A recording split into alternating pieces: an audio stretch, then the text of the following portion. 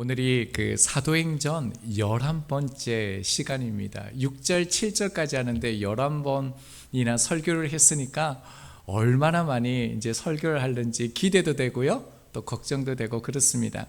근데 이 사도행전을 통해서 정말 초대교회에 부어주셨던 그 은혜, 특별히 이 시대에 꼭 필요한 그 성령의 충만함을 입는 저희 교회가 되기를 바랍니다. 특별히 저희들은 지금 사도행전을 통해서 굉장히 놀라운 장면을 만나고 있습니다. 무엇이냐면요, 부활하신 주님께서 친히 그 몸으로 제자들을 만나 주셨다는 겁니다. 그뿐만이 아니라요, 제자들과 함께 식사를 하십니다. 그리고 이 땅에 도래할 그 하나님의 나라의 그 놀라운 비밀을 제자들에게요 40일 동안이나 함께하면서 가르쳐 주셨습니다. 특별히 사도행전 1장 4절과 5절을 보면요, 예루살렘을 떠나지 말고 아버지께서 약속하신 것을 기다리라, 보혜사 성령님을 기다리고 성령의 세례를 받으라 라고 말씀하셨습니다. 성령의 세례는요, 예수님을 믿음으로 성령을 받는 사건으로 그치는 것이 아니라 성령 안에 거하는 삶을 의미합니다. 이 삶이 곧 하나님 나라의 삶인데요, 예수님께서 십자가 전에도 그리고 십자가 후에 그 부활 이후에도 그토록 강조하셨던 하나님의 나라, 그 나라가 너희 삶 안에 이루어질 것을 말씀해 주셨습니다. 자, 그런데요, 문제가 생겼습니다. 예수님께서 그토록 강조하셨던 그 하나님의 나라에 대해서 제자들에게 가르쳐 주셨는데요, 제자들이 말씀을 듣고서도요, 예수님과 함께 있음에도 불구하고요, 하나님의 이 말씀을 깨닫지 못했다라는 겁니다. 자, 그 이후의 사건이 오늘 본문인데요, 6절 말씀을 보겠습니다. 그들이 모였을 때에 예수께 여쭈어 이르되 주께서 이스라엘 나라를 회복하심이 이때니까 하니. 여러분, 이 질문이 얼마나 생뚱맞냐면요, 3절 하반절에 보면 예수님께서는 하나님의 나라에 대해서 가르쳐 주셨습니다. 자, 그런데 제자들은 어떻습니까? 지금 자기 민족 그 나라의 회복에 대해서 묻고 있다라는 겁니다. 여기서 회복하다라는 이 뜻은요, 되돌리다, 복구하다, 다시 세우다, 이런 뜻을 가지고 있습니다. 그리고 이스라엘 나라의 이 표현 앞에요, 정관사가 붙어져 있습니다. 그러니까 제자들이 지금 예수님께 이렇게 묻는 거예요. 이제 주님의 권능과 능력으로 우리 조국, 이 민족을 로마로부터 해방하는 하나님의 나라가 이제야 온 것입니까? 이렇게 좀 기대하면서 그렇게 예수님께 묻는 것이죠. 성령이 임하면 어떻다라는 겁니까? 성령이 임하면 로마의 압제에서 벗어나는 거예요. 예수님이 이제 왕이 되시는 거죠. 그래서 그 나라 그 민족 가운데 그 다윗 왕 때 민족 가운데 높이 들임을 받았던 것처럼 이제 자기 민족이 그렇게 된다라고 그렇게 기대한 것입니다. 자, 말씀을 다시 보면요, 예수께 여쭈어 이르되라고 되어져 있죠. 여기서 여쭈어라는 이 단어가요, 미완료 시제로 되어져 있습니다. 이 말은 뭐냐면 한 번의 행동이 아니라요, 계속해서 반복된 행동을 말하는 것입니다. 그러니까 제자들이 자기 민족의 해방을 계속적으로 반복해서 예수님께 물은 거예요. 예수님, 이때입니까? 언제입니까? 우리 로마로부터 이제 자유케 되는 민족 해방이 언제입니까? 제자들이 계속 돌아가면서 물었다라는 겁니다. 여러분, 이 질문을 우리가 깊이 있게 살펴보고요, 주목해야 될 이유가 있습니다. 여러분, 예수님께서 부활하셨잖아요. 그리고 하나님 나라에 대해서 가르쳐 주셨잖아요.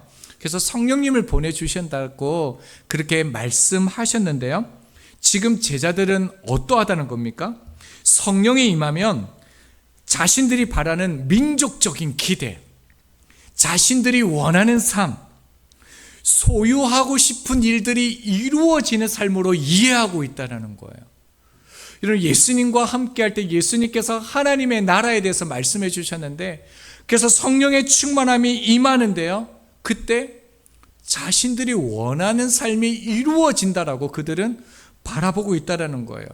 그런데 이 제자들이 지금 어떠한 제자들이라고요? 십자가의 사건을 목도했어요. 그리고 죽으시고 부활하신 주님을 만났어요. 지금 함께 하고 있습니다. 예수님께서 지금 죽음 가운데서 살아나셔서 직접 가르쳐주고 있다라는 거예요.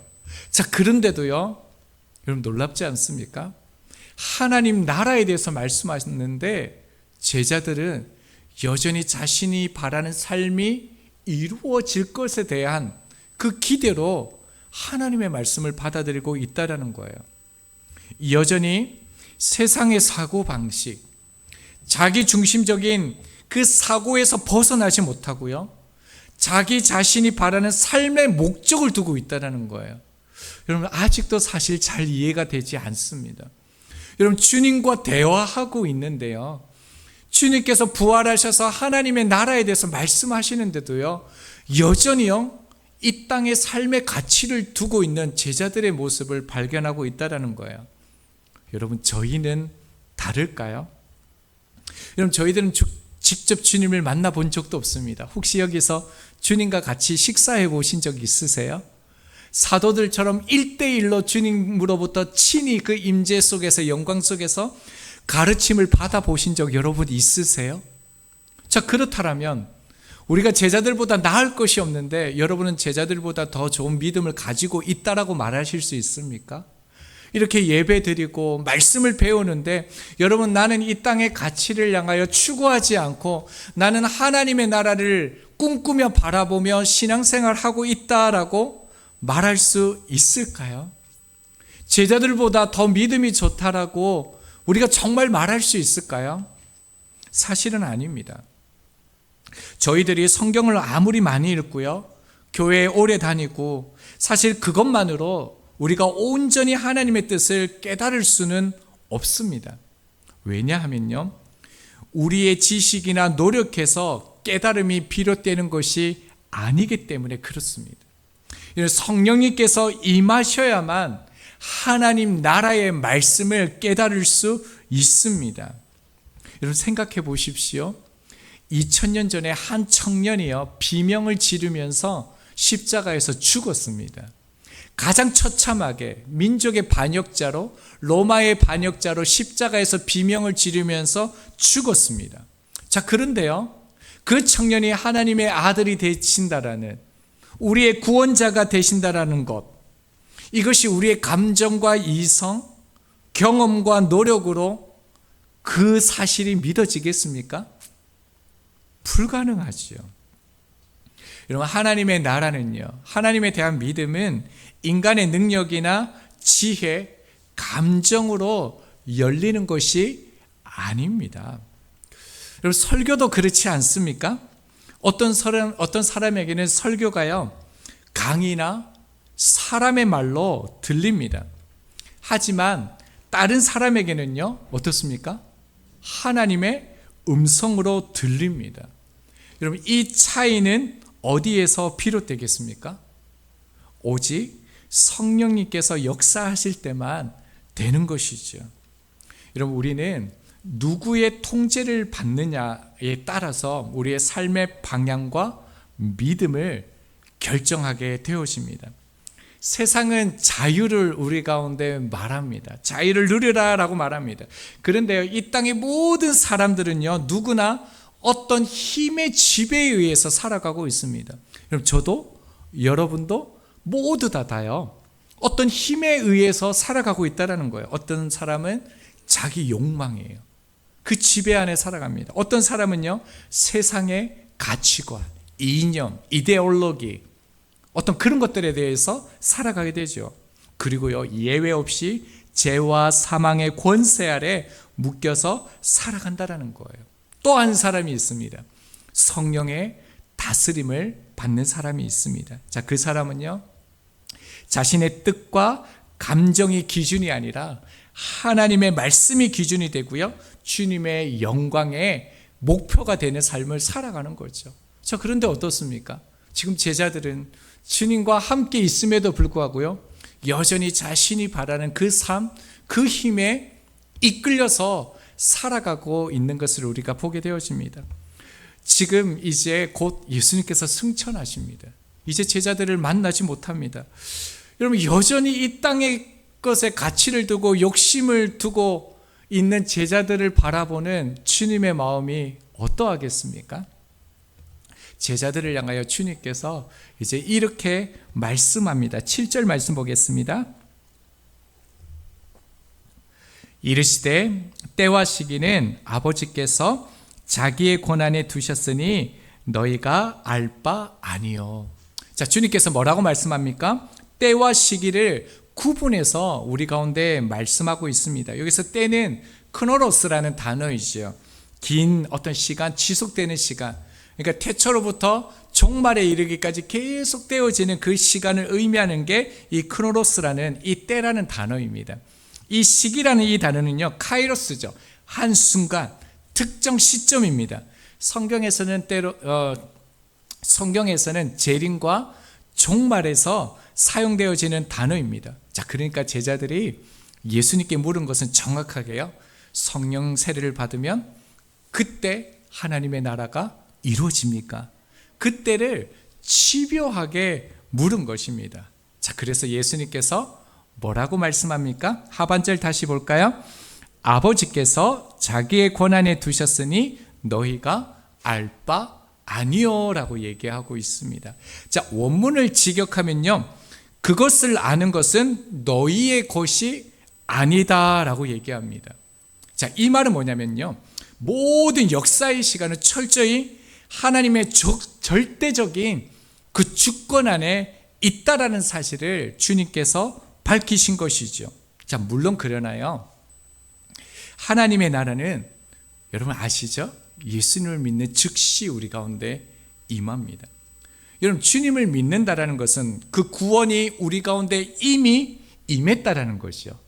영생의 삶은요, 죽고 난 후가 아니라 이미 살아가는 것, 그것이 예수님을 아는 것, 믿는 것이라고 주님께서 말씀해 주셨습니다. 이미 우리는 하나님 나라를 살아가고 있는 거죠. 자, 그런데 어떻습니까? 완전히 온전히 성취된 것은 아니죠. 그래서 신학적으로요, 이미 왔지만 아직 오지 않았다, 이미와 아직이라는 이 긴장 속에 살아가고 있다라고 말합니다. 조직신학에서는요, 성화의 과정, 이렇게 말합니다. 그래서 사도 바울은 이렇게 얘기했습니다. 빌립보서 2장 12절 하반절입니다. 항상 복종하여 두렵고 떨림으로 너희 구원을 이루라. 그 완성됨을 향하여 나아가라 라고 말씀합니다. 주님의 부활을 믿음으로 우리에게 부활이 여러분 이미 주어졌다는 것을 여러분 믿으시기 바랍니다. 하지만 주님과 같은 그 완전한 부활체가 우리는 아니죠. 아직 이루어지지 않았습니다. 주님이 다시 오실 때 우리 가운데 반드시 주어집니다. 이미 왔지만 아직 오지 않은 이 긴장 속에 여러분 우리가 신앙생활하고 있다는 거예요. 자, 그래서요, 여러분 저희들도 제자들처럼 똑같이 기도하고 예수님께 질문합니다. 어떻게 해요? 주님, 제 고난이 언제 끝납니까? 이 가정의 문제는 언제 해결되어집니까? 우리가 기도 속에서 고백하지 않습니까? 특별히 우리 자녀들은 어떻게 질문합니까? 하나님, 대학은요? 언제 취업할 수 있습니까? 결혼은요? 이 힘들고 고통스러운 시간은 언제 끝납니까? 이 시기와 때에 대해서 끊임없이 질문하는 것이 우리 모두 아닙니까? 만약에 주님께서 정확하게 2026년 6월 4일이다 이러면 얼마나 좋겠습니까? 왜 웃으시죠, 서영 자매님? 6월 4일의 의미를 아십니까? 굉장히 영적이시네요. 여러분, 이렇게 딱 날짜를 알려줘가지고 이날에 다 해결돼, 이날에 다 문제 바뀌어져, 이렇게 하면 얼마나 좋겠습니까? 그렇죠? 마음도 편하고요, 신앙생활도 우리가 얼마나 잘할 것 같습니까?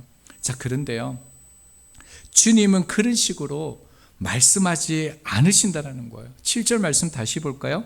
이르시되 때와 시기는 너희가 알 바 아니다 라고 말씀합니다. 그런데 사실은요, 이것이 신앙생활의 본질입니다.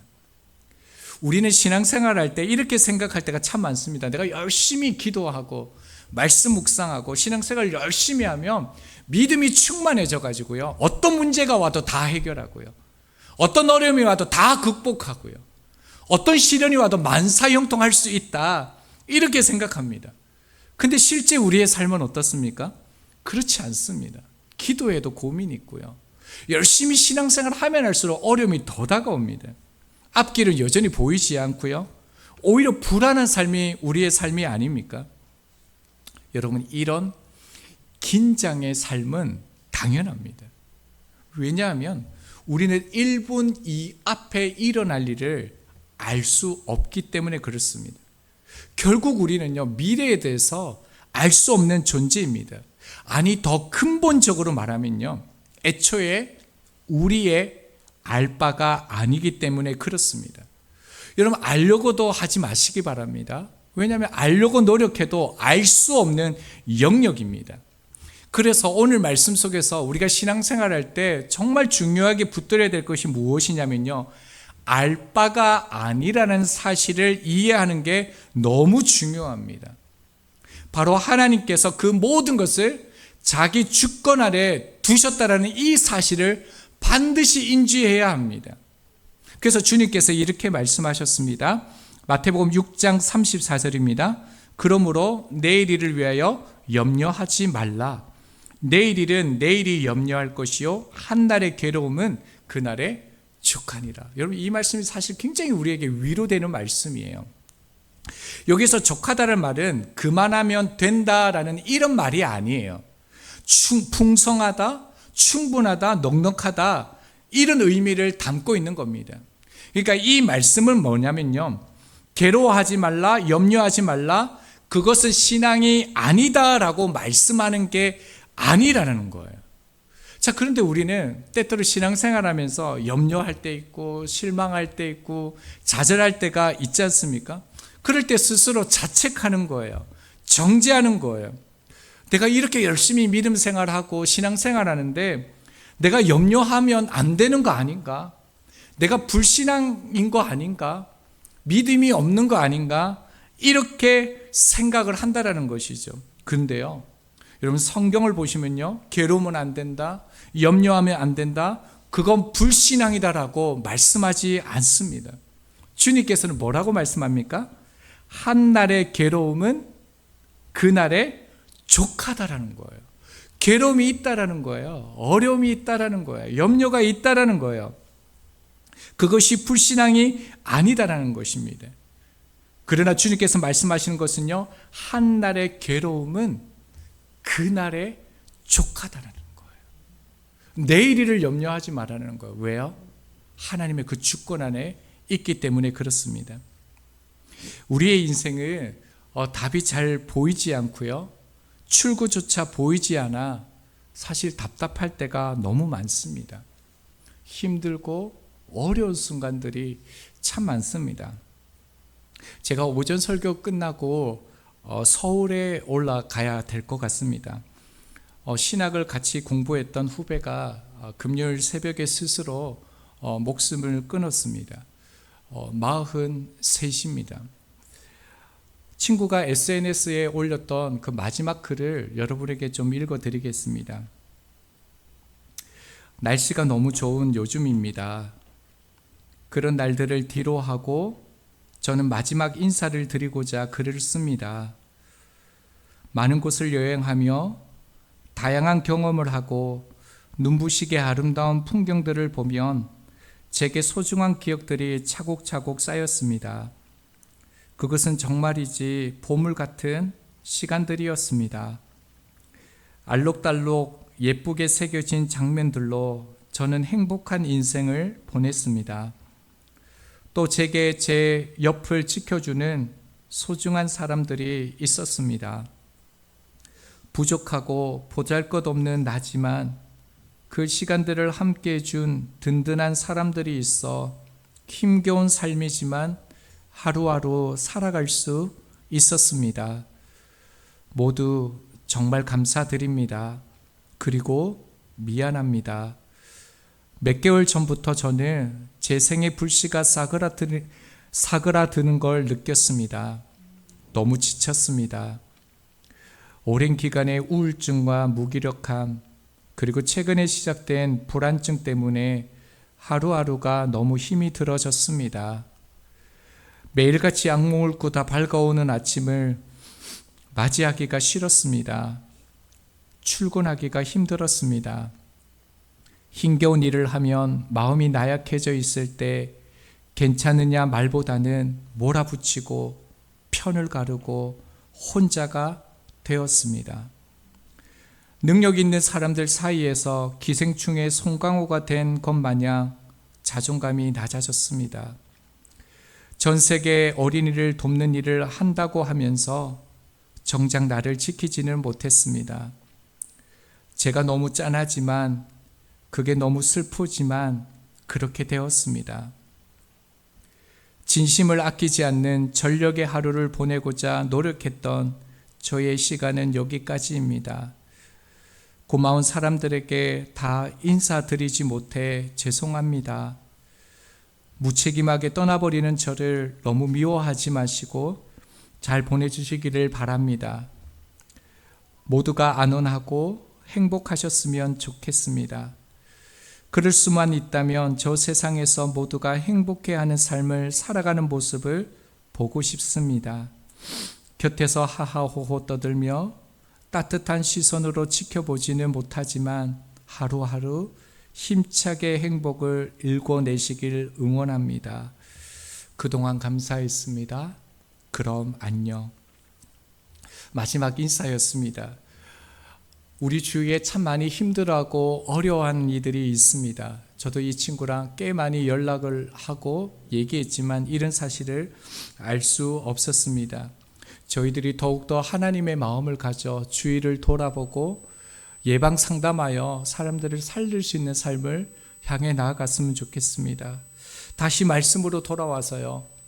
혹시 이런 질문이 너무 가혹하게 들릴까요? 만약 이것이 바로 하나님께서 우리에게 원하시는 현실이라면 우리는 어떻게 반응해야 하겠습니까? 저 역시 이 문제로 여러 사역자들과 지금 대화를 하고 있는데 놀랍게도요, 사역자들이 다 목사입니다. 꽤 큰 교회에 사역을 하고 있습니다. 그 친구들 가운데 아프지 않는 친구들이 없었습니다. 치료를 받지 않는 친구들이 없을 정도로 참 많이 병들어 있었습니다. 자, 그렇다면요, 그들의 문제일까요? 아닙니다. 누구나 마음속으로 묻습니다. 왜 이런 일이 내 삶에 일어나는가? 언제 이 상황이 해결될까? 하나님은 언제 응답하실까? 그러나 저도 이 답을 정확히 알 수는 없습니다. 여러분, 우리는 신앙생활을 할 때 모든 때와 시기를 다 알고 있어야 된다라고 생각합니다. 그리고 그것을 믿음으로 그렇게 생각할 때가 있습니다. 그러나 성경은 분명하게 말합니다. 우리는 모든 것을 알 수 없는 존재라고 말합니다. 하나님은요, 오히려 우리 가운데 알 수 없는 시간들을 주신다라고 말씀합니다. 그때 우리들은요, 아무것도 잡히지 않고 한 치 앞도 보이지 않는 상황 속에서 하나님께서는 우리가 믿음으로 그 삶을 한 걸음 한 걸음 걸어가길 원하신다는 것입니다. 믿음은 답을 다 아는 데서 주어지는 것이 아니라요, 답을 모르는 순간에도 하나님을 신뢰하는 데서 시작되어지고 부어지는 것이 믿음입니다. 여러분, 7절 말씀 다시 한번 보겠습니다. 이르시되 때와 시기는 아버지께서 자기의 권한에 두셨으니 너희가 알 바 아니요. 여러분, 혹시 솔직히 너희가 알 바 아니요 어떻게 다가오십니까? 명령처럼 들리시지 않습니까? 너희는 알 필요도 없고 간섭하지 말라, 이렇게 혹시 들리셔서 기분이 상하거나 답답하거나 마음이 불편하지는 않으십니까? 여러분, 이 말씀은요, 연약하고 넘어지고 흔들리고 포기하는 연약한 우리들에게 주시는 하나님의 분명한 위로입니다. 여기에서 알바 아니요라는 이 표현은요, 너희의 책임이 아니다라는 뜻이기 때문에 그렇습니다. 그리고 본문에서 또 놓치지 말아야 될 단어가 있습니다. 7절 다시 보시면요, 아버지께서입니다. 여러분 찾으셨습니까? 주님께서요, 그 하나님이 나의 아버지가 되신다라고 지금 제자들에게 가르치고 있다라는 겁니다. 여러분 얼마나 놀라운 말씀입니까? 그 문제는 너희가 짊어질 짐이 아니다. 그것은 너의 아버지의 권한이다. 너희가 걱정하지 않아도 된다. 내가 책임진다. 이 말이요, 너희가 알 바 아니요 라는 말씀이라는 겁니다. 여러분 탕자 비유 아시죠? 아버지를 버리고 자기가 원한 대로 허랑방탕하게 살아가다가 죽을 고비가 되어서 아버지께로 돌아옵니다. 아버지가 끌어안습니다. 입을 맞춥니다. 가장 좋은 옷을 입히고 가락지를 끼워줍니다. 이것은요, 걱정하지 마라. 내가 책임진다라는 의미이죠. 왜죠? 그의 아버지가 되시기 때문에 그렇습니다. 여러분 우리가 분명히 알아야 할 것이 있습니다. 순종했지만 내가 원하는 결과가 오지 않고 더 어려움이 올 수 있습니다. 여러분 그러나요, 그 모든 환경을 아시고 모든 상황을 아시고 합력하여 선을 이루시는 분이 있다라는 것을 여러분 아셔야 됩니다. 그래서 성경은 이렇게 말합니다. 세 번역으로 이사야서 46장 3절 이하입니다. 내 말을 들으라. 너희가 태어날 때부터 내가 너희를 안고 다녔고 너희가 모태에서 나올 때부터 내가 너희를 품고 다녔다. 너희가 늙을 때까지 내가 너희를 안고 다니고 너희가 백발이 될 때까지 내가 너희를 품고 다니겠다. 내가 너희를 지었으니 내가 너희를 품고 다니겠고 안고 다니겠고 또 구원하여 주겠다. 알 수 없는 미래와 지금의 염려와 괴로움은 하나님께 맡기고 그분과 함께 걸어가는 것이 여러분 인생이고 신앙생활입니다. 여러분 하나님의 동행은요, 간섭과 통제가 아니라 신뢰와 사랑 안에서 이루어지는 동행입니다. 여러분 저는 서 목사님과 만약에 같이 산다면 숨이 막혀 아마 못 살 것 같습니다. 말도 잘 못할 것 같고요, 행동도 잘 못할 것 같고요, 표현도 잘 못하고 답답해서 아마 너무 힘들 것 같습니다. 근데 여러분 생각해 보십시오.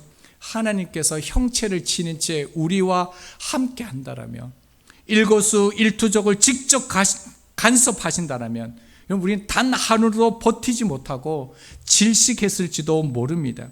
자, 그런데요, 성령 하나님께서는 우리를 품어주시면서 우리와 함께 하시는데 동행하십니다. 그런데 놀라운 것은요, 우리의 삶 가운데 자유의지에 맡겨주신다는 것입니다. 그래서 우리는 단순히 우리의 인생을 살아갈 때요, 결정할 수 없는 기계나 로봇이 아니라는 거예요. 성령님께서 우리와 함께 하시지만 우리는 개성과 취향을 가지면서도 자발적이고 인격적이고 그렇게 하나님과 동행하는 삶을 살아갈 수 있게 되는 것입니다. 여러분 이것이 무엇입니까? 하나님의 사랑이라는 것입니다. 너희가 알 바 아니요, 너희는 그 짐을 내려놓아도 된다. 하나님의 분명한 위로입니다. 하나님께서 우리 인생의 시간표를 완벽하게 붙들고 계시니 우리가 모든 것을 알지 못해도 괜찮다는 선언입니다. 말씀 맺겠습니다. 내일 종말이 온다 하더라도요, 여러분 내 앞에 어떤 일이 일어날지 전혀 알 수 없어도요, 오늘 우리는 해야 할 길이 분명합니다.